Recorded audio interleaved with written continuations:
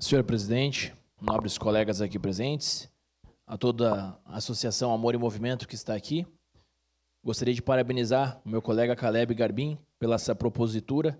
Nós devemos valorizar aqueles que dedicam o seu bem mais precioso, que é o seu tempo, é aquilo que não volta mais em prol do próximo. E quando eu leio aqui filantrópico, não visa nenhum lucro, só visa fazer doar-se pelo outro. E é isso que a gente tem que fazer. Talvez, se nós, como um todo, nos doássemos mais para os outros, o nosso mundo estaria um mundo melhor. Então falta isso, falta empatia, que é se pôr no lugar do outro, se pôr no lugar do próximo, ver aquele que precisa de ajuda, assim como o vereador Edson falou. Nem sempre é recurso, às vezes é somente atenção.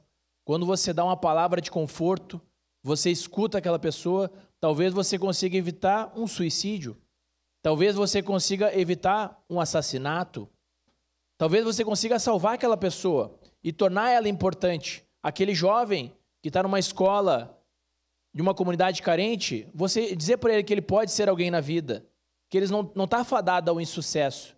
E eu tenho certeza que vocês fazem isso por meio da palavra de Deus, seguindo os passos de Jesus. Eu sou católico, mas eu gosto muito dos evangélicos. Eu gosto do que vocês fazem. E eu acho que nós, católicos, devemos aprender também com vocês a fazerem esse pastoreado, a convencerem as pessoas, a fazer o bem, sem visar nada, sem visar nenhum lucro. Então eu gostaria de parabenizar mais uma vez o meu colega, né? Utilidade pública, para quem não sabe, capacita a instituição a receber recursos públicos do município. Então isso é um passo muito importante que mostra principalmente a idoneidade da instituição.